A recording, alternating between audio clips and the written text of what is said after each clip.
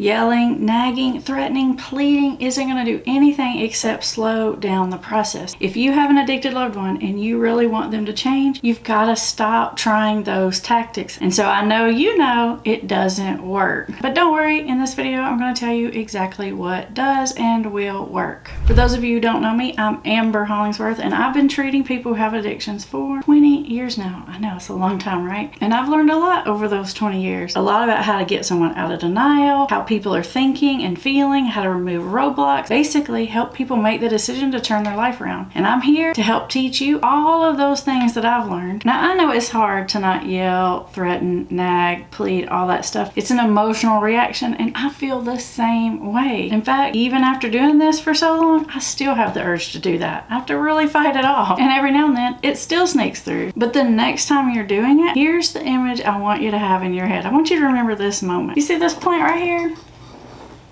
This is my plant. I've had this plant for a long time. If you've been in my office before, you might have seen this plant. Well, if you notice, this plant leans a good bit to the right. And forever I'm like, how am I gonna get this plant to straighten up? Now, let's try this technique. Let's see what happens. Plant, you know you look dumb leaning over like that. Everyone thinks you're an idiot for that. If you just stand up straight and tall, you'd look a lot nicer. If you don't straighten up, I'm not gonna let you be in my office anymore. If you keep leaning over like that, you're gonna break your branches. What's wrong with you? Stand up straight. Now, as you could imagine, that's not very effective. Not only is it not effective to try to yell, nag, threaten, and plead for this plant to straighten up, it's also not going to help for you to get your loved one to straighten up. Only when it comes to a human being, it's going to be a lot worse, because they're not just going to ignore you like the plant will. They're going to actually run and get as far away from you as possible. And if they can't physically get far away from you, they are going to emotionally get far away from you. Now, you want to know what might be a better strategy? A better strategy might be this. A better strategy might be for me to come over here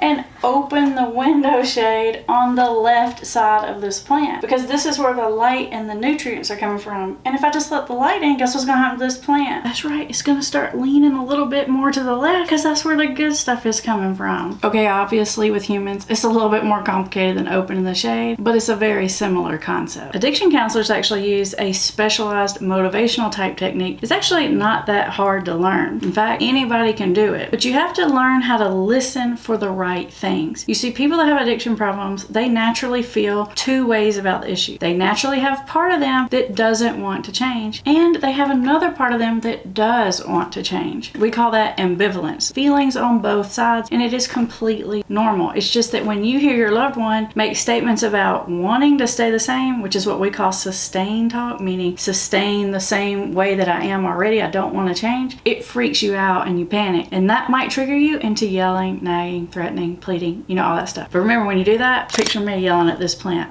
It's not gonna work. And just remember, having a part of you that doesn't want to change is normal and natural. What you want to focus on is listening for that part that does want to change, because there's almost always a part of someone that does want to change, and they'll actually make statements out loud about it. We call that change talk. It's just that you got to learn how to recognize change talk when you hear it. Now, there's a good acronym to help you remember what change talk sounds like. It's called DARN, D-A-R-N. And most recently, they've added a few little things at the end, and now they call it darn cat. And don't worry, I'll tell you what the CAT stands for as well. Now, the D stands for desire. Like, I wish I could just put all this behind me. Or, I'd like to be able to cut back my drinking. Or, I wish I could just stop smoking. All of those are statements about desire. Now, the other thing that you want to listen for is ability. Because when you get the desire to change matched up with the ability to change, now we're getting somewhere. Ability statements sound something like, I could, I can, or I might be able to. These are statements that suggest that the person is thinking about, can they actually make these changes, and what changes should they make? Do they have the ability to do that? It's all about, do they have the ability to make the changes? For example, I could call up my cousin. He got sober like 2 years ago. He might have some good advice for me. Or I might be able to stop smoking on my own. Or I can just stop buying the alcohol at the grocery store and then it won't be in the house. Those are all statements about ability. Now, the R stands for reasons. So we've got the desire, desire to change, the ability to change. When we throw on some reasons, now we're cooking with gas. Reasons why they want to change. And those statements sound something like, I would feel better if, or I really should. I think things might really improve if. Those are all reasons. And most of the time, reasons are internal reasons about why you might want to make a change. You might physically feel better. Relationships might be better. You might be more productive at work. You might feel less crappy. All of those things would be reason statements. But the N stands for needs. Now, needs is very similar to reason. Means I need to change. But the difference is needs tend to be external reasons. Now, some people say external reasons aren't good reasons to change, only internal reasons, but that's not true. Both are very, very important. In fact, most desire to change starts from external reasons and then eventually moves to internal reasons. So don't let the external part bother you. Need statements often sound like I ought to, I have to, or I really should. So the main things you're listening for are desire, ability, reasons, and need. The more of those kind of statements that you hear, the more the person is motivated to make a change. Those are the seeds that you want to grow. Helping someone find recovery is like nurturing little seeds. You want to find what's already there, pour some water on it, maybe even some miracle grow. But there's got to be something there that you're nurturing. Now I'm going to tell you what the CAT stands for, but before I do that, I will tell you that I know I'm giving you a lot of information here and it's probably hard to remember. So to help you remember, I've got it all written down for you. In fact, I'm going to put a link in the description where you can actually watch me have one of these types of sessions with somebody, and then you'll get an email later that has a handout that has all this stuff written down for you so you don't have to remember it all. Now the CAT, all of those have to do with willingness statements. This is more about the action is starting to happen. So the DARN is the sort of just is what happens right before the action happens, and then the CAT is when we actually get in some movement here. The C stands for commitment, the A stands for action, and the T stands for taking steps. Commitment sounds like I'm going to, or I promise, or I intend to. Action statements sound like I'm going to start on Monday or tomorrow, or I'm ready to, fill in the blank. And the T, the taking steps, sounds like I've already done it. Like as in, I went to a meeting, I called that counselor, or I met with my cousin, he's going to take me to a meeting. That's when someone's verbalizing to you that they've actually taken some steps in the right direction. Now, change doesn't happen all at once. It happens in stages. And there are certain stages where this change talk is really going to start to happen. If you want to know more about those stages, then I want you to watch this video next because it's all about the stages. And don't forget, you can watch that session and download all these notes by clicking the link in the description or the one right here.